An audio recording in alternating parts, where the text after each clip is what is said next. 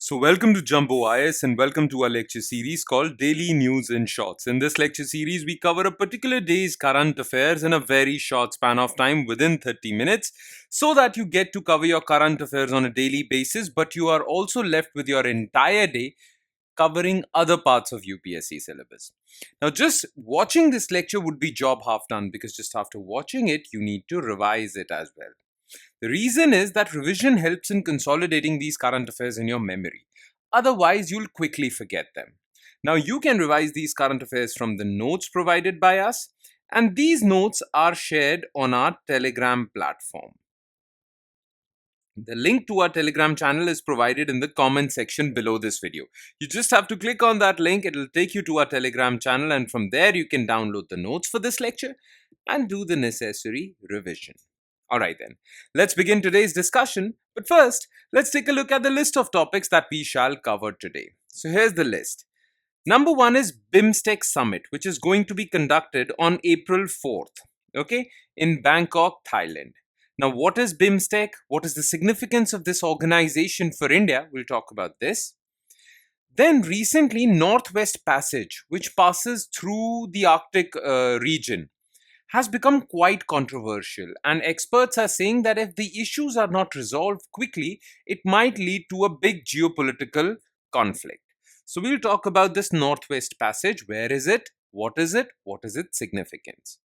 Then, recently Niti Aayog and NCAER has developed a portal called States Economic Forum Portal. This portal will contain all the data, economic data, fiscal indicators, all economic data of all state governments. Okay, so that state governments or policymakers can compare different states and their finances and their financial position. So we'll talk about this. And in the end, we'll talk about Naini Lake of Nainital, a major tourist attraction in the state of Uttarakhand. We'll talk about this lake and what are the ecological dangers this lake is suffering from. Okay, so these are the 4 topics that we'll focus our attention on. Let's discuss them one by one, starting with topic number 1, which is BIMSTEC Summit. So the 6th Summit of Bay of Bengal Initiative for Multi-Sectoral Technical and Economic Cooperation, BIMSTEC, is set to take place on April 4th in Bangkok, Thailand. So it is the 6th Summit of BIMSTEC. Okay. The theme for this year's summit is Prosperous, Resilient and Open BIMSTEC. The summit is being held 3 years after the 5th summit. So 5th summit was in Colombo in 2022. It has been 3 years since the 5th summit of BIMSTEC. Now the 6th summit is being organized in Bangkok, Thailand. The agenda includes adopting the Bangkok Vision 2030. Okay. Now, let's talk about BIMSTEC. What is BIMSTEC? So it is basically a regional grouping of countries from South Asia and Southeast Asia, which was established in 1997 under Bangkok Declaration. Okay, so it was established under Bangkok Declaration. Clear? Now, the members are Bangladesh, Bhutan, India, Myanmar, Nepal, Sri Lanka and Thailand. So in total, there are 7 members. Bangladesh, Bhutan, India and Nepal and Sri Lanka are from South Asia. Myanmar and Thailand are from Southeast Asia. The headquarters are in Dhaka. And chairmanship of this entire grouping rotates between different countries based on alphabetical order. Okay. Now look at this picture. So there are 7 member countries. The first summit was held in Thailand. Sri Lanka is the current chair. It's not the current chair. It's Thailand now. This is an older photo, but I have introduced this photo or included this photo to share a few facts. Now, BIMSTEC accounts for 22% of the world population, $2.7 trillion of GDP, 1/4 of the world's traded goods across the Bay of Bengal every year. So, it is quite a significant grouping. Alright. Now, it has 7 members. Just remember this. Okay. Now, what has been the history of BIMSTEC? So, as we have discussed before, it was established in 1997. When it was established in 1997, it was called BISTEC, Bangladesh, India, Sri Lanka, Thailand Economic Cooperation. Then later, Nepal was added, Bhutan was added, and Myanmar was added. Okay, so this has been the brief history of BIMSTEC. But the thing is, why does India consider BIMSTEC to be an important grouping? Okay, what is the significance of BIMSTEC for India? Why is it important for India? Why does India consider, or why is it significant to attend this summit, sixth summit of BIMSTEC? Let's talk about that. So, significance of India. First of all, BIMSTEC bridges the gap between South Asia and Southeast Asia, because South Asian countries are there and Southeast Asian countries are there. Then, BIMSTEC also promotes regional connectivity. Basically, these 7 countries are cooperating to build waterways, highways, to enhance connectivity between these countries so that trade can take place. So, for example, India, Myanmar, Thailand trilateral highway is there. Kaladan multimodal transit transport project is there to connect India's northeastern states with Southeast Asian markets. Okay, so regional connectivity is one objective for India. Then it is also part of India's Act East policy. What is India's Act East policy? India's Act East policy is basically to focus more on India's eastern region. Okay, the countries lying on the east of India, like Myanmar, ASEAN countries. Okay, now this is part of India's Act East policy. Plus, it also acts as an alternative to SARC. Now, SARC is a regional grouping of South Asian countries. Okay, but SARC has not been working properly because of India-Pakistan conflict. These two countries have hijacked SARC. So SARC is basically defunct. So India wants to continue its cooperation with different countries. So India thinks BIMSTEC to be an alternative to SARC. Okay. Plus, BIMSTEC focuses on development. Then there are other issues also, like regional security, disaster management, energy security, maritime trade, tourism, people to people contact. All of these things are advantages for India as far as BIMSTEC is concerned. Okay. Now let's shift our focus to second topic of the day, which is controversial Northwest Passage. Okay. As you can see, this is the passage. Okay. It starts from Greenland, goes through Canadian islands. Okay, this is known as Canadian Archipelago, and then basically reaches the Pacific Ocean. So this passage, known as the Northwest Passage, connects Atlantic Ocean over here to Pacific Ocean over here by passing through Arctic Ocean. Clear? Very simple. Now the thing is that European explorers have been exploring this route because it offers a shortest passage to Europeans to Asia.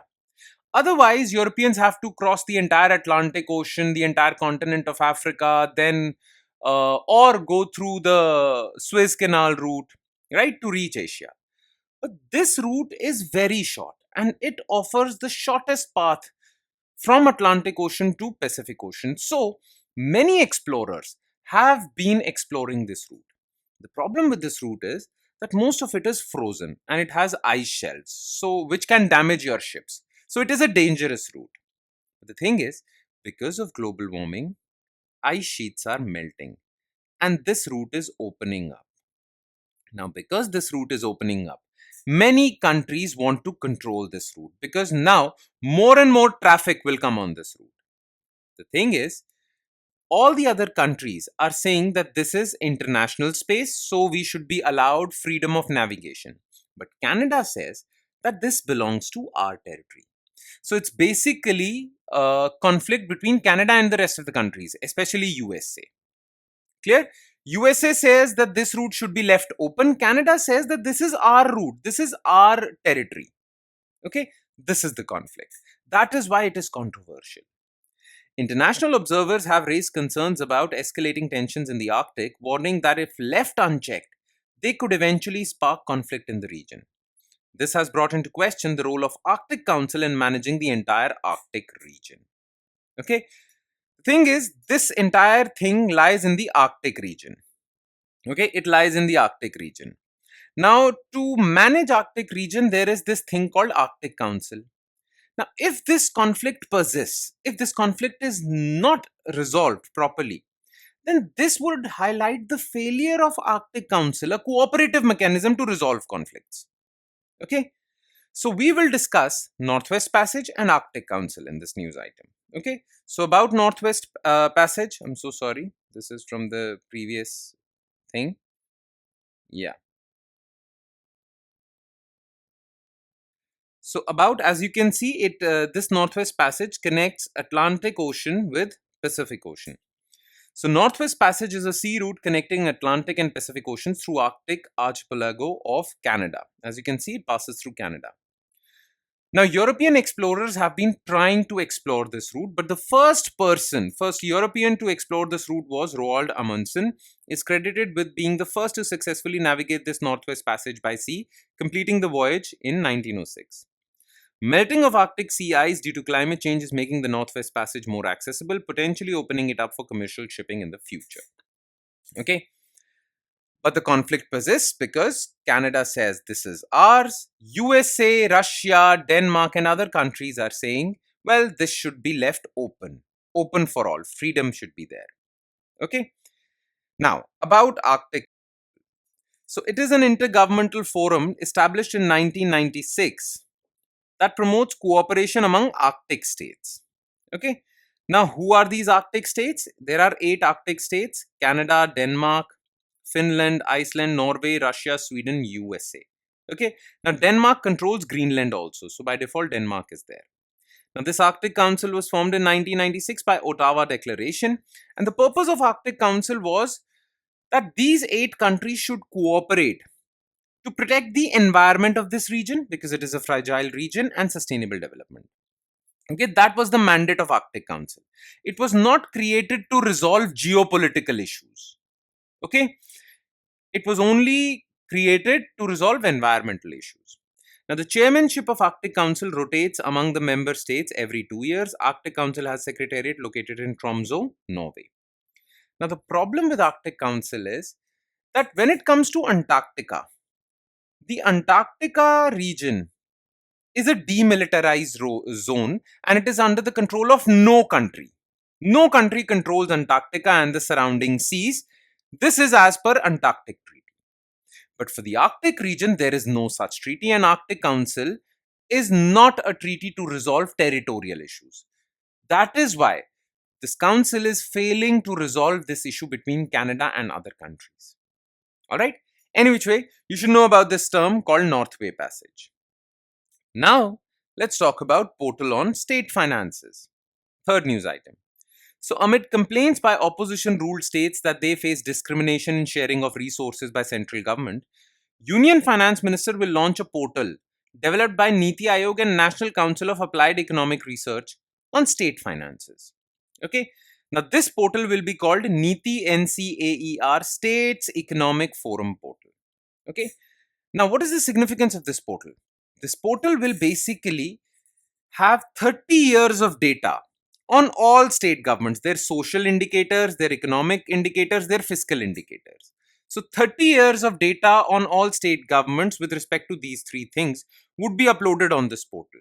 So that if states are saying that they have been discriminated against and center is saying no, then people can go on this portal and check whether this is happening or not. This would basically enhance transparency in center-state relations. Okay? Now, again, this is the issue. I'm so sorry about this. Now, about this portal, it is a digital platform offering state-wise data from 1990 to 2020-23 to support evidence-based policy making and research developed by Niti Aayog and NCAER. Purpose is a centralized data hub for tracking state-level trends.